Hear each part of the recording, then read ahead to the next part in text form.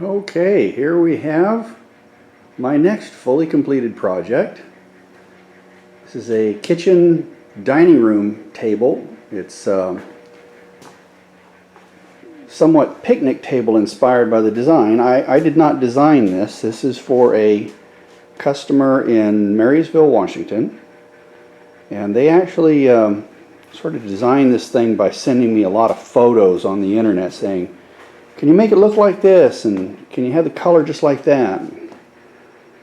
And this is what I ended up with. This is like a picnic table, like sort of an affair, but only a lot nicer. The top is all solid wood. This is actually started out as dimension lumber, the kind of thing that you get at the hardware store. But as you can see, it's been machined down to where it's a lot nicer grade. It's about 1.25 inches thick instead of 1.5 inches. All the joinery is old school type joinery. They're I don't know if you can see it in this light. I'll get around the other angle.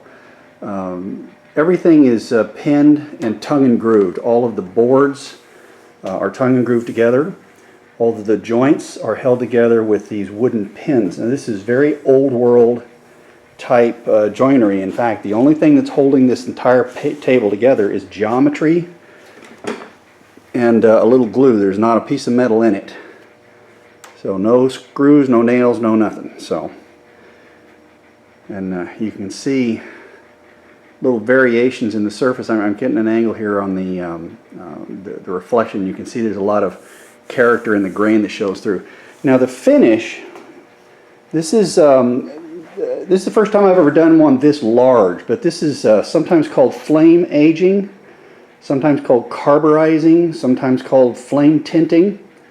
But what I've done is I've taken the wood and I've taken a torch and quite literally just burnt the entire surface of the table till it's black, and then sanded it all back down. And what that does is it gives you these little grain reliefs, but it also leaves behind this black smudge that makes it look a lot older than it really is. So this is kind of a faux aging technique that's been around for a while. It makes it look old and weathered.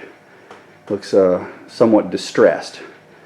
So to follow up on that theme, and I hope there's enough light down here. I should get a flashlight or something here. Maybe I should look at the other side here. This is one of the few pieces of metal in the table. Here we go. This is better light here. These square washers and bolts. Again, these are brand new, but what I've done is I've artificially aged them and forged them out to where these are reproduce or recreate old bridge bolts. And by using a fire and acid, I can produce this blackened patina, and the bench seats have the same thing going on there. This is one of the few pieces of metal in the whole thing, and it just kind of gives it that old, worn out look.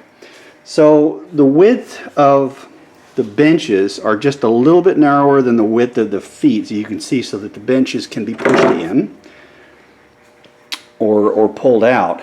So what my customer wanted, oops, come back here, was they wanted a table and chair set for a casual dining room where the children could sit and play and color and have their little snack while mom's making dinner.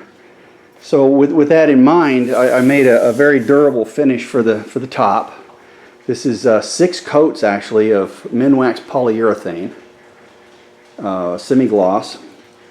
And knowing that kids are going to be after here, there's one thing, I don't know if you can really see it here in the picture, but the width of the seat is narrower than the width of the feet. And that's by design and by purpose, because knowing that there's going to be kids playing around here, maybe climbing on stuff, because the feet are wider than the bench, it's extremely hard to tip it over. So that was just kind of a safety concern that I put into this to make sure that it would be useful for what the people wanted it for the kids to be able to sit on it and have their little evening time without fear of one of them standing up on the bench and maybe knocking it over. So anyway, You can see all the cross beams are relief cut out, give them a little character, and the stretchers they're all matched on the ends. They've all got this this theme with the relief cuts in them. And anyway, this is my latest creation that I wanted to share with you all. And I hope that my customer in Marysville is going to be happy with it. They've been very, very anxious to see it, and they'll be seeing it tomorrow, I think, or I'm not sure when I'm going to deliver it, but within the next day or so. So anyway, that's what I've been working on for the last 2 months, and hope you all like it. And I'll share the next project with you when I get it done too. The next one's going to be something for my daughter that she really needs. So look forward to that in a couple of months, and we'll see you then on Cowboy Dave's Workshop. Bye-bye.